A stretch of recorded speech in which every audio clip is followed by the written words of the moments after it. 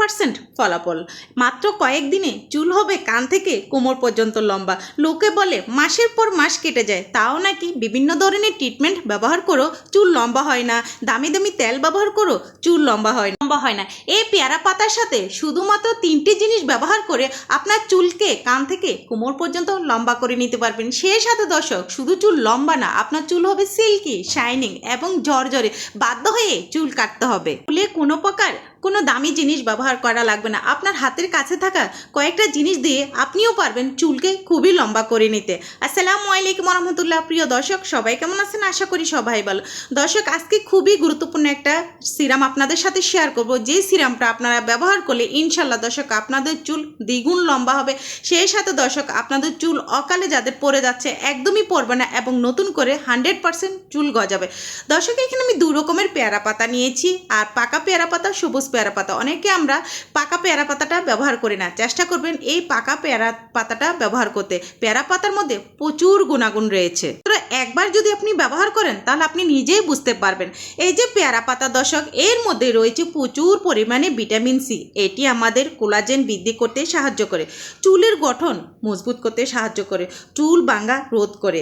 এই পাতায় রয়েছে B2 এবং ব্রিথ এবং B6 রয়েছে। এই ভিটামিনগুলো আমাদের চুলের পলিকন মেরামত করতে সাহায্য করে। দর্শক, যাদের নতুন চুল গজাচ্ছে না, ইনশাল্লাহ দর্শক অতি অল্প সময়ের মধ্যে কিন্তু এই যে পেয়ারা পাতা, এই পেয়ারা পাতার মাধ্যমে কিন্তু আপনারা নতুন করে চুল গজাতে পারবেন।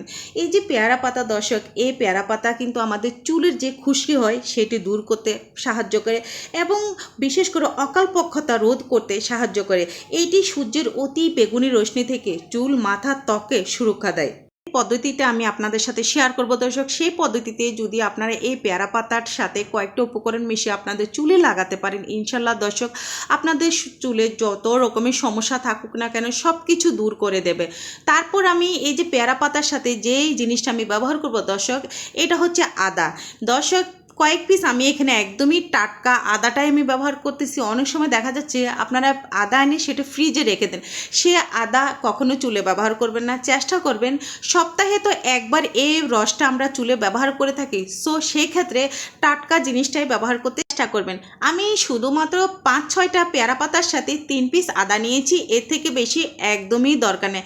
এই আদা দর্শক আমাদের নতুন করে চুল গজাতে সাহায্য করে এবং চুলের যে অ্যালার্জি থাকে সেটাও দূর করতে সাহায্য করে। যাদের আদার রস চুলে শ্যুট করে না তাদের উদ্দেশ্যে বলবো, এখানে আপনারা চাইলে উচ্চের রসটা 100% ব্যবহার করতে পারেন, কোনো সমস্যা নেই। তারপর আমি যে জিনিসটা ব্যবহার করতেছি দর্শক, আমি একটা পেঁয়াজ নিয়েছি। অবশ্যই 5-6টা এই পেয়ারা পাতার সাথে একটা পেঁয়াজ অবশ্যই আপনারা ব্যবহার করতে হবে। আমি একটা পেঁয়াজ ব্যবহার করলাম দর্শক। এই যে পেঁয়াজ, এই পেঁয়াজের মধ্যে প্রচুর পরিমাণ সালফার রয়েছে, যা চুলের অকালপক্ষতা রোধ করতে সাহায্য করে, চুলকে ভেতর থেকে মজবুত করতে 100% কাজ করে এই পেঁয়াজ। তারপর আমি এখানে যে জিনিসটা ব্যবহার করতেছি দর্শক, এখানে আমি টমেটো ব্যবহার করতেছি।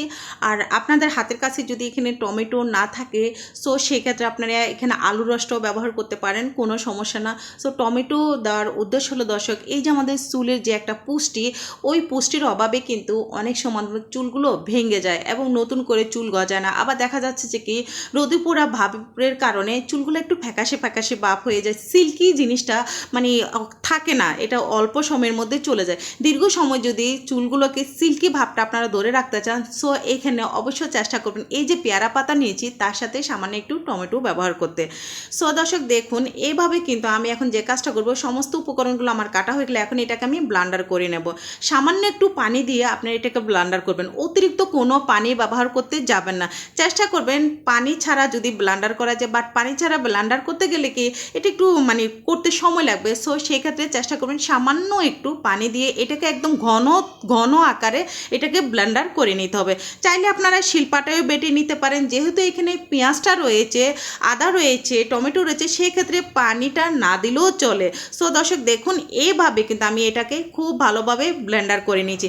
তারপর আমি যে জিনিসটা এখানে অ্যাড করব দর্শক, খুবই গুরুত্বপূর্ণ একটা জিনিস, আর সেটা হলো মেথি। এটা দেওয়ার উদ্দেশ্য হলো দর্শক, চুলের মধ্যে যে সমস্যাগুলো লেগে থাকে, যে সমস্যাগুলো দূর করতে পারছেন না, আর সেই সমস্যার সমাধান আপনারা কিভাবে করবেন। এই যে মেথি, এই মেথির মধ্যে প্রচুর পরিমাণ প্রোটিন এবং নিকোটিন অ্যাসিড থাকে, যা চুলের গোড়া মজবুত করতে সাহায্য করে, চুল পড়া রোধ করতে সাহায্য করে, অ্যান্টি পাঙ্গাল ও অ্যান্টি ব্যাকটেরিয়াল গুণ রয়েছে শুধুমাত্র এই মেথিতে, যার কারণে দর্শক মাথার মধ্যে যে চুলকানি ও খুশকি থাকে সেগুলো দূর করতে সাহায্য করে। বিশেষ করে দর্শক এই মেথিতে প্রচুর পরিমাণ পটাশিয়াম, ভিটামিন এ, সি এবং কে এই উপাদানগুলোর পলিকলনে পুষ্টি যোগায় এবং নতুন করে চুল বৃদ্ধিতে 100% কাজ করে শুধুমাত্র এই মেথির কারণে।